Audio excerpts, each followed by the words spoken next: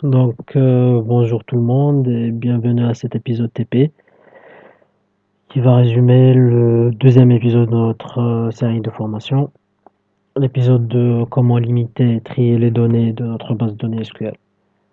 Alors, j'ai une série d'exercices, série de questions, pardon. Alors, on va essayer de faire une série de 13 questions. On va essayer de faire ces questions en 2 vidéos, si possible. Alors, on va commencer tout de suite. Alors, la première question, c'est créer une instruction destinée à afficher le nom et le salaire des employés gagnant plus de 12 000 $. Alors, on va essayer d'afficher ça. Alors, on a quoi? Donc, afficher le nom et le salaire. Donc, select last name, first name, regular salary from employees, where salary. Ils ont gagné en plus supérieur à 12 000. Donc, on exécute ça. Donc, on n'aura que des salaires qui sont supérieurs à 12 000, mais on aura juste 8 employés qui ont un salaire supérieur à 12 000. Alors, la deuxième question, créer une instruction destinée à afficher le nom et le numéro de service de l'employé dont le numéro est 176. Donc, on doit afficher le nom et le numéro de service. Donc, first name and department ID. Donc, select first name et department ID from employees where, donc on a dit dans le numéro est 176. Donc le numéro, c'est-à-dire l'employé, donc l'ID de l'employé. Donc where employee ID égale à 176. Voilà, donc c'est Jonathan, son département est le 80. Ensuite, la troisième question. Modifier la première question pour afficher le nom et le salaire de tous les employés dont le salaire n'est pas compris entre 5 000 $ et 12 000 $. Donc, il n'est pas compris. Donc, ici, on va utiliser deux opérateurs de comparaison. Donc, on va utiliser le is not et between and. Donc, pardon, on va utiliser un opérateur de comparaison, c'est le between and et l'opérateur logique not. Donc, on doit sélectionner le nom et le salaire. From employees, where salary. Donc, is not, on va ouvrir les guillemets, between 5 000 et 12 000, si je me rappelle bien. Qui n'est pas entre 5 000 et 12 000. Donc, between 5 000 and 12 000. Donc, on va exécuter ça.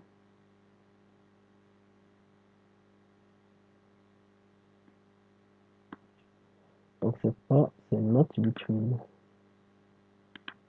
Voilà. Voilà, not between. C'est ça, il ne faut pas faire les guillemets parce que is not between, is, quand on fait is nul ou is not nul.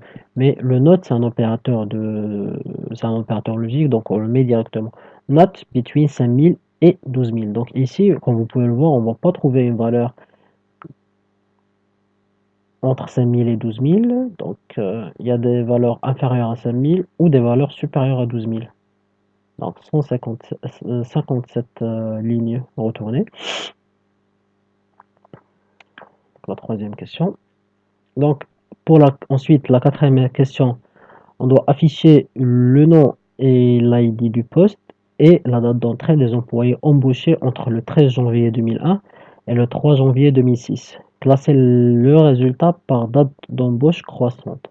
Donc, qu'est-ce qu'on doit afficher? On doit afficher le first name, l'ID du poste, c'est-à-dire le job ID, et la date d'entrée, donc hire date. Donc, on doit... ah ouais, d'entrée des employés embauchés entre le 13 janvier et le le 3 janvier. Donc on va utiliser une clause where hire date between le 13 janvier 2001 and 3 janvier 2006. On doit classer le résultat par date d'embauche croissante. Donc order by hire date ascendant, ASC. On va essayer ça. Donc on va sélectionner le first name, puis le job ID, puis le hire date, donc la date d'embauche. From employees where hire date between. Donc puisqu'on va utiliser une date, donc on doit utiliser les apostrophes. Et puisqu'on est sur Oracle qui est un logiciel anglais, donc américain, pardon. Je me rappelle plus si c'est américain, si c'est l'Amérique ou un autre pays, mais c'est un système anglais, donc les dates sont c'est un système anglais, donc c'est pas la date mois année, c'est mois date année. Donc on doit utiliser ça.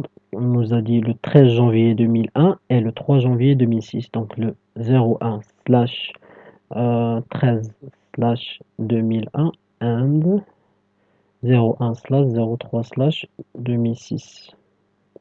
Et on doit classer ça par ordre d'accroissement. Donc order by higher date. Donc ACK, ACC, ASC.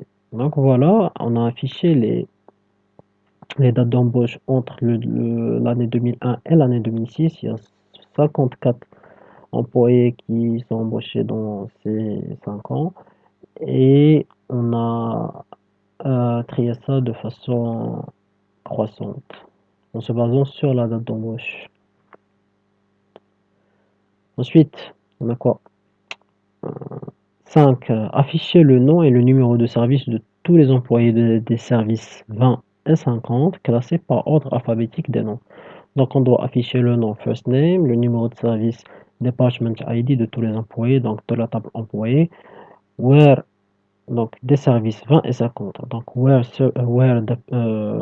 department ID in, puisqu'on a deux valeurs in 20,50, classé par ordre alphabétique des noms. Donc on va utiliser ça. Donc select where department ID, donc de la table département, ou qu'est-ce qu'on a dit? Euh, ouais, ou le department ID in 2050. Order by first name, pardon, c'est le nom. First name ASC.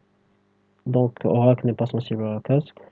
Alors on a ordonné ça, donc il n'y a que les départements 20 et 50, donc 47 lignes retournées, et on a ordonné ça par ordre croissant. D'accord, donc 6, donc on a modifié la question 3, donc la question 3 c'est celle-là, donc ouais,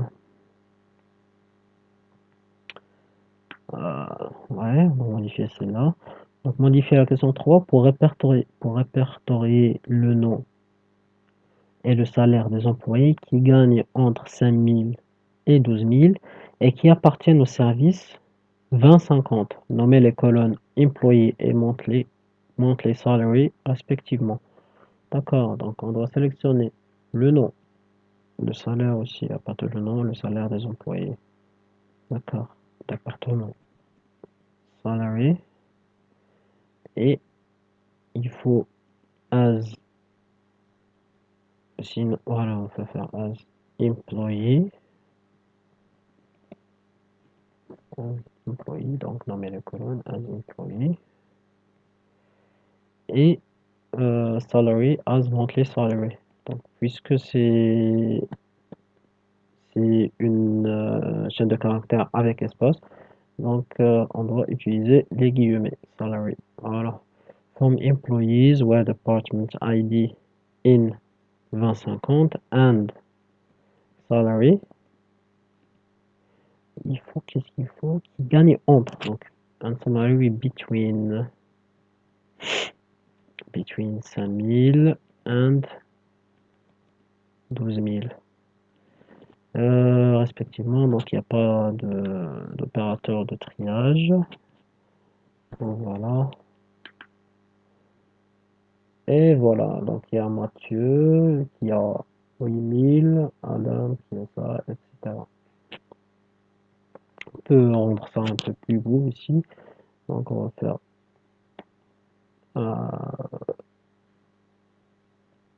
ID service. Voilà, ça c'est plus beau, c'est plus parlant. Donc voilà, ça c'était la question 6. On va passer à la question 7. Donc on doit afficher le nom et la date d'embauche de chaque employé entré en 2002. Donc afficher le nom et la date d'embauche de chaque employé entré en 2002. Donc on doit juste faire ça, select first name, virgule, hire date, where from employees, where hire date,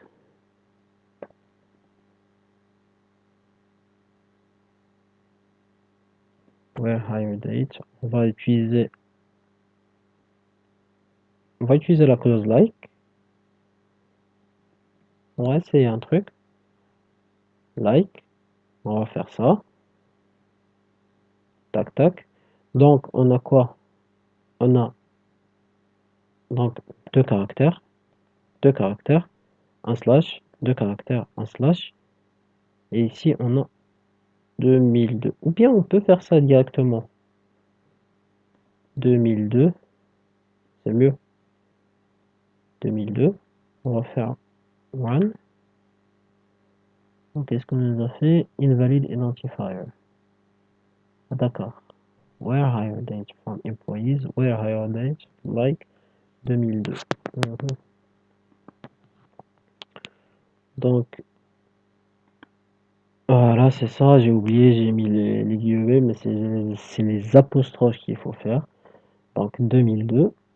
Alors là, ils nous ont affiché les employés entrés en 2002. C'est mieux comme ça, mais aussi il y a l'autre là qui peut faire, qui peut marcher.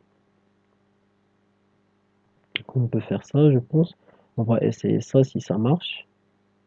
Donc slash. On va mieux faire un slash ici aussi et un slash ici. Donc voilà, ça marche aussi. Donc on s'en fout des 6 premiers caractères. Donc les 6 premiers là, on s'en fout de ça. On va juste focus sur les 4 derniers caractères. Donc j'ai fait le pourcentage au tout début, c'est-à-dire que je veux spécifier à Oracle ou à SQL que l'année doit être 2002, comme j'ai cité ici. Ça, c'est vers la fin. Et si je fais ça comme ça, vers la fin, c'est-à-dire c'est l'inverse, c'est vers le début. Donc, on va s'arrêter là. Donc, on s'est arrêté à la question 7. Puis, on va reprendre dans une autre vidéo. Merci pour votre attention. Abonnez-vous. Et si vous avez des questions, posez-les-moi. Je suis là. Je suis prêt à recevoir vos questions et à vous répondre avec tout ce que j'ai.